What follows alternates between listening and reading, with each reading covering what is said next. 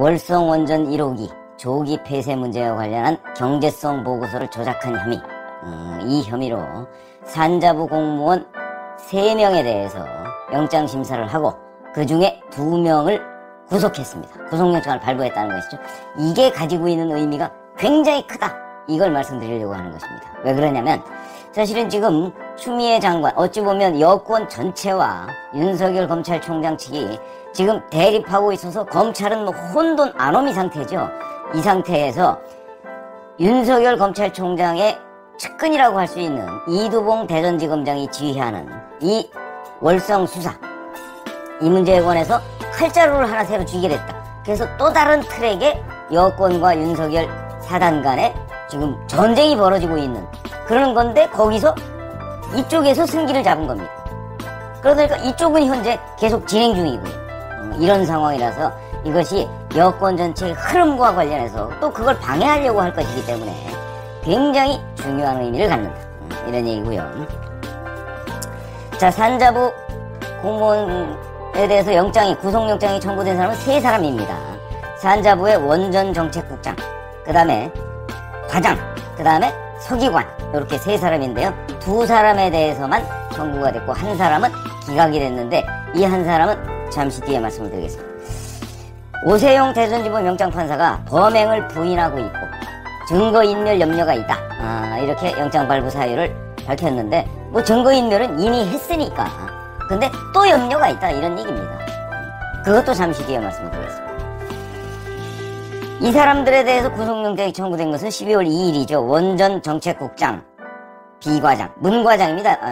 문과장이 아니고 이 사람은 정과장, 그 다음에 또 한 사람은 김서기관, 그 밑에서, 그 다음에 그 위에 국장은 문국장, 이렇게 3사람인데, 이 사람들이 이제 받고 있는 혐의는 구체적으로 뭐 감사 방해, 그 다음에 뭐 공문서 손괴, 뭐 이런 것들이 있는데, 산업부 PC를 감사원이 압수하기 하루 전, 그러니까 작년 12월 1일입니다. 1일 밤, 일요일이었다고 하죠. 밤 11시 30분에 왜 일요일을 택했는지 아시죠? 그거는 산자부 다른 공무원들이 출근 안 하는 날, 그때 심야에 들어가서 그걸 다 삭제한 겁니다. 그래서 그때부터 2시간에 걸쳐서 아주 조직적으로 이 부분을 삭제한 거죠. 444개의 원전 관련 파일을 삭제한 겁니다. 그래서 이런 혐의로, 그러니까 이게 뭐 방실 침입, 감사 방해, 뭐 이런저런, 그러니까 뭐 각종 증거인멸 혐의를 받고 있는 것이죠.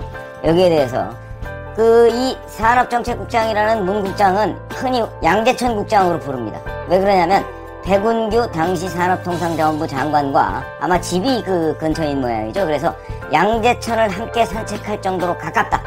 이래서 산자부 내에서는 양재천 국장으로 부른답니다.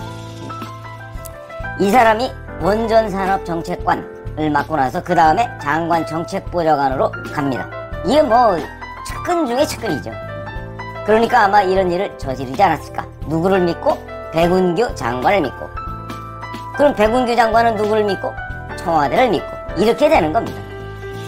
그 다음에 흔히 언론에 죽을래 과장으로 표현되는 정과장이라는 사람이 있습니다. 이 사람은 영장이 기각됐습니다. 왜 기각됐느냐?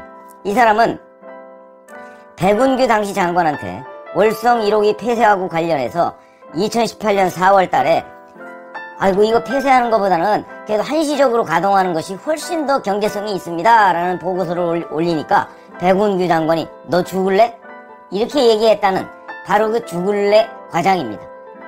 그러니까 이 사람은 어찌 보면 제대로 일을 하려고 했는데 장관이 하도 압박을 가하니까 이 사람은 할 수 없이 이제 경제성을 조작했다. 뭐 이런 의미도 되고, 그 다음에 이 사람이 결정적으로 그 영장 발부가 안 된 이유는 이 사람이 대체적으로 그 혐의를 시인했다고 합니다. 다른 사람들은 혐의를 부인하고 있는데 이 사람은 대체적으로 혐의를 시인하니까 당신은 증거인멸 염려가 없네? 이런 식으로 해서 구속영장을 내주지 않은 겁니다. 다른 2사람은 내줬고요. 이 사람이 죽을래 과장인데 이 죽을래 과장에 대해서 정말 죽을래라고 얘기를 했느냐? 국회에서 최재형 감사원장한테 질문을 한 국민의힘 의원이 있었습니다. 근데 이 부분에 관해서 아마 백운규 장관은 너 죽을래? 이렇게 얘기를 안 했다고 하는 모양이죠. 최재형 감사원장이 뭐라고 얘기했냐면 그 부분에 관해서는 이걸 부인하지는 않았습니다. 근데 그 부분에 관해서는 진술이 엇갈리는 부분이 있었어. 그래서 백운규 장관이 심하게 질책했다, 요렇게 표현한 것으로 기억하고 있습니다. 이 참 판사 출신은요, 그 다음에 엘리트 판사 출신이라는 사람들은요, 엘리트 검사도 마찬가지지만 그런 사람들은 이 용어 하나하나에 굉장히 많이 신경을 씁니다. 그러니까 이런 질문을 딱 받았을 때 부인 안 하지 않습니까? 우선 부인 안 하고, 그렇다고 시인도 안 합니다. 그런데 반시인하면서 그러나 의견이 엇갈린다. 엇갈린다는 얘기는 백운규는 부인한다, 이런 얘기죠. 그렇게 얘기 안 했다, 이제 이렇게 부인하는 모양인데, 부인하니까, 그런데 그래서 우리가 심하게 질책했다. 뭐 너 죽을래나 뭐 심하게 질책한 거나 뭐 사실상 비슷한 개념인데, 그런 식으로 절반 정도를 시인한 바로 그 과정입니다. 그런데 이 사람이 자기 혐의를 상당한 법으로 시인하고 있으니까 영장 발부가 안 된 거고요. 그 다음에 김서기관, 이 사람은 신내림 서기관이라고 흔히 부르는 사람입니다. 왜 신내림 서기관이냐?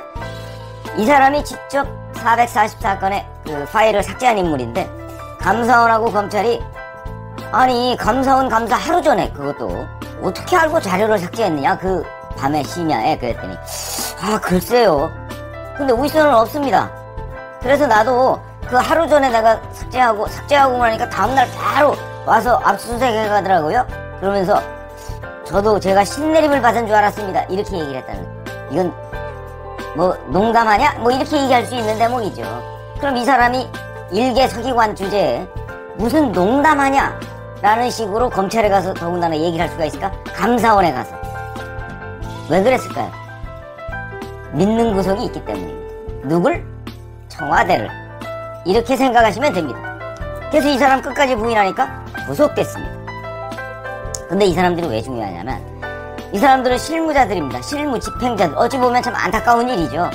이 사람들은 결국 백운규 당시 장관이 막 윽박 지르고 압박하니까 어쩔 수 없이 자기 그 자리 원전산업정책관, 원전산업정책과장, 거기에 서기관 이러니까 자기가 맡은 일입니다. 그러다 보니까 자기 참 목구멍이 포도청이라고 우리 흔히 얘기하지 않습니까? 그러다 보니까 어쩔 수 없이 한 측면이 있을 겁니다.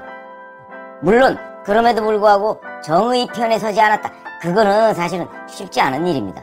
그걸 폭로하고 뭐 나 사실 이렇게 잘못했다 이렇게 얘기하는 것까지 우리가 요구하는 것은 그건 좀 심한 요구죠. 그건 뭐 저도 그렇게 못할 것 같아요. 그러나 어찌됐든 간에 이 사람들은 적어도 지금 잘못은 시인해야 되는데, 지금 이 지경에 와서 지금 뭐 문재인 정권 끝나가는데, 그런데 아직도 그 중에 둘은 시인하지 않고 있다. 그러니까 영장이 발부되죠. 그런데 그렇기 때문에 이 사람들은 굉장히 중요한 사람들이고요. 이 사람들의 직접적인 지시자는 아마도 백운규 장관이었을 것이다. 장관이거나 아니 뭐 그 밑에 차관이거나. 그런데 차관 이름은 현재까지 나오지 않고 있습니다. 그러니까 장관일 가능성이 매우 높은데, 장관과 국장, 장관, 국장, 과장, 서기관, 요렇게 지금 라인이 형성되고, 자 그러면 그 장관은 그럼 누구 얘기를 듣고, 그러니까 이게 직접적으로는 감사원 자료에 보면 직접적으로는 문 대통령 얘기도 듣고, 그 다음에 두 번째는 바로 문 대통령 얘기를 전달받은 최희봉 당시 산업정책비서관입니다, 청와대. 이 사람 얘기를 듣고 그 사람 얘기는 문 대통령의 얘기일 것이다 라고 믿고서 백운규 장관은 밀어붙였을 것이다 하는 짐작은 감사원 그 자료를 보면 누구도 의심할 여지가 없을 정도로 조사가 되어 있습니다. 거기에 관련 법규의 위반 가능성까지 다 지시가 되어 있습니다. 적시가 되어 있습니다. 그래서 곧 검찰은 이제 백운규 장관과 최희봉 당시 청와대 산업정책비서관을 소환할 텐데, 이 최희봉 씨는 현재 한국가스공사 사장을 하고 있습니다. 이것이 아마 당시 그 일에 대한 보상 차원으로 이루어진 낙하산일 것이다, 이렇게 충분히 짐작이 되는 것이죠. 자, 그런데 이 외에 검찰이 또 추가로 단서를 포착했다는 겁니다. 올해 10월 20일에 감사원이 이 감사원 결과를 감사 결과를 발표했죠. 근데 발표하자마자 곧바로 검찰 수사가 들어올 거라는 건 누구든지 충분히 짐작할 수 있었던 거 아니겠습니까? 그러다 보니까 그쯤에 검찰 수사에 대비해서 문서 파쇄를 다시 한번, 이제는 파일만 지우는 게 아니고 관련 문서까지도 다 없애버리자, 아예 증거를 싹 날려버리자 하는 그런 것을 모의한 정황이 또 포착이 됐습니다. 이래서 검찰 수사가 무서운 겁니다. 그러니까 지금 여권도 이 수사를 못하게 또는 살아있는 권력에 대한 수사를 못하게 하기 위해서 2번에 걸쳐서 학살 인사를 진행을 했고요. 그것도 안 되니까 이제 드디어 윤석열 찍어내기를 하려고 하는 이유가 검찰 수사가 그래서 무서운 겁니다. 디지털 포렌식을 대전지검에서 하는 과정에서 이런 정황이 포착이 됐습니다. 또 모의를 해서 뭐 자기네들이 단톡방을 만들었던가 뭐 문자 메시지를 주고받았던가 해서 야 이제 파쇄하자 이게 도저히 안 되겠다. 산업부 공무원들이 이렇게 했다는 정황이 포착됐으니까 또 이와 관련해서도 또 구속영장이 청구될 가능성이 매우 많죠. 그리고 이제 이렇게 되면 결국 최희봉 전 청와대 산업정책비서관을 소환조사한다는 얘기는 청와대로 수사 우위선을 확대한다 뭐 이런 얘기가 명백하게 되는 거기 때문에 청와대가 그래서 긴장을 하는 것이고 그래서 이 수사를 막으라고 바로 백운규 장관의 변호인을 했던 그런 이용구라는 변호사를 지금 법무부 차관에 갖다 앉힌 겁니다. 그러니까 이 사람이 추미애하고 잘 짜서 어떻게든지 이걸 막아라. 이 월성 수사를. 이런 임무를 띄었다고 우리가 해석을 하는 것이 합리적이다. 이렇게 말씀을 드리고요. 이 사람들이 검찰이 실제 압수수색한 거는 11월 5일입니다. 그 전에 파쇄 모의를 했다 하는 것이고요. 협의를 했다는 거죠, 자기네들이. 근데 여기에는 지금 영장이 청구됐던 그 3사람 외에 다른 공무원들도 동참했습니다. 왜 그랬을까요? 이 다른 공무원들은 왜 뒤늦게 숟가락을 얹었죠, 여기에다가? 그거는 확실한 비호 세력이 있다. 누굴까? 청와대일 것이다. 공무원들이요, 현 장관이나 청와대가 비호를 하지 않으면 절대 임기 말에 이런 데에 안 갑니다. 왜냐면 최순실 국정농단 때 이미 다 봐왔지 않습니까? 임기 말에 또는 뭐 청와대 비서실장이 시킨다고 그래서 그거 했다가 전부 다 줄줄이 감옥에 가는 거 다 봤는데 그걸 보고서 과연 하긴 지금 뭐 청와대에서 뒷배경이 있다고 할지라도 웬만한 공무원 같으면 안 할 텐데 제가 보기엔 참 간 큰 공무원이나 아니면 어리둥절 공무원이다. 아니면 또 신내렸던가 이런 사람이 아니면 지금 여기에 가담하지 않습니다. 아니 왜 침몰하는 배에 승선을 합니까? 거기서 하선을 하는 것도 모자라서 이런 의미가 되기 때문에 이거는 누군가가 확실하게 내가 보장을 해주겠다라고 한 그 감언이설에 속아서 가담했을 것이다. 근데 여하튼 다른 공무원들도 지금 가담한 정황이 있다고 합니다. 그러니까 이거는 또다시 산자부에 아마 피바람이 불지 않을 수가 없다 하는 걸 말씀을 드리고 자 그러면 잘 아시지만 감사 결과에 보면 이 최초의 시발점이 문재인 대통령이 백운규 장관을 당시 만나자마자 아니 월성 원전 1호기는 언제 폐쇄합니까? 이렇게 질문을 했다는 거 아닙니까? 폐쇄하냐 마냐가 아니고 언제 폐쇄하냐는 거죠. 이 얘기를 듣고 백운규 당시 장관이 폐쇄해야 되나요? 이렇게 질문하면 바보죠 그거는. 그러니까 이제 언제 폐쇄하냐니까 대통령의 뜻은 폐쇄 쪽에 방점이 찍힌 건 물론이고 언제 폐쇄에 관심이 많구나. 그러면 내가 언제 폐쇄한다고 대통령한테 보고를 해야 산자부 장관을 계속 유지할 수가 있겠구나. 이런 생각을 하는 건 뭐 삼척동자도 다 아는 얘기 아니겠습니까? 그러다 보니까 백운규 장관이 그 얘기를 딱 알아듣고 그 다음부터는 이제 최희봉 산업정책비서관으로부터 대통령의 뜻이 어디에 있다 이걸 전달받고 계속해서 이 아랫사람들을 압박해서 경제성도 조작하고 한수원도 아마 압박했을 것으로 저는 봅니다. 그래서 한수원 이사회 열어서 거기서 그냥 통과시키고 거기서 뭐 묻지마 통과죠. 장관이 청와대의 뜻이라는데 이렇게 됐을 가능성이 아주 크고 그 정황은 감사원의 감사 자료에 명확하게 관련 법규 위반 사실과 함께 적혀있다. 그러니까 이번 대전지검 수사는요 어찌 보면 수월합니다. 감사원 감사 결과를 확인만 하면 됩니다.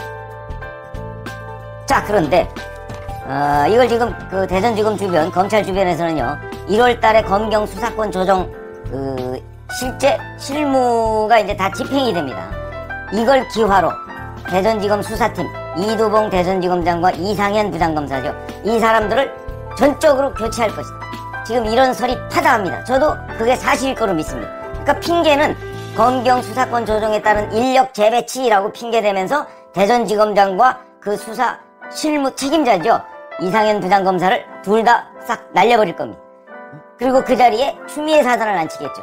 자 그러면 이두봉 지검장과 이상현 부장검사는 어떻게 해야 되겠죠? 이 사람은 윤석열 사단으로 알려진 사람들입니다. 어떻게 해야 되죠? 그 전에 수사를 끝내야 됩니다. 그렇기 때문에 백운규, 최희봉 이런 사람들에 대한 소환 조사가 아마 거의 곧바로 이루어질 것으로 봅니다. 그렇지 않으면 잘못하면 날아가게 되는 것이죠. 그래서 지금부터는 이른바 이 월성 수사를 방해하려는 추미애 사장 또는 여권 사람들과 그다음에 이것을 방해하기 전에 어떻게든 큰 줄기를 잡거나 아니면 마무리를 지으려고 하는 대전지검의 게임이 시작되는 것이다. 그런데 그 칼자루는 어제 영장 발부가 됐기 때문에 이제 2명은 구속 수사를 할 수가 있는 거 아니겠습니까? 나머지 1명도 사실상 시인했기 때문에 불러서 언제든지 수사를 하고 정확한 얘기가 거기서 나올 수도 있습니다. 그래서 제가 칼자루를 지었다. 그러니까 여기에서 이제 또 뭐가 나오냐? 그럼 수사는 어디까지 갈 것이냐? 저는 문재인 대통령까지 가지는 않고 문재인 대통령은 빈칸으로 놔둘 것으로 봅니다. 최희봉까지 가는 것이죠. 여기까지 가면 이 빈칸은요, 문재인 대통령이 끝남과 동시에 이제 채워지게 될 것이다. 문재인 대통령의 임기가 끝남과 동시에 이렇게 예상이 됩니다.